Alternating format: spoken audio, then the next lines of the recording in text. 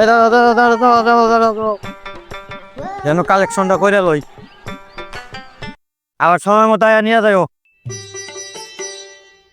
আল্লাহর রাস্তে কিছু দেন ভাই।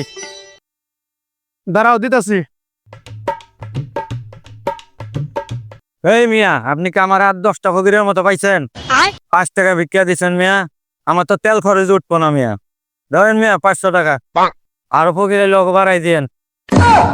জীবনে কত ভাবে দেখলাম, এরকম ভাবে তো দেখলাম না যে 500 টাকা উল্টে দিয়ে যায়। ভাই আল্লাহর রাস্তে কিছু দেন।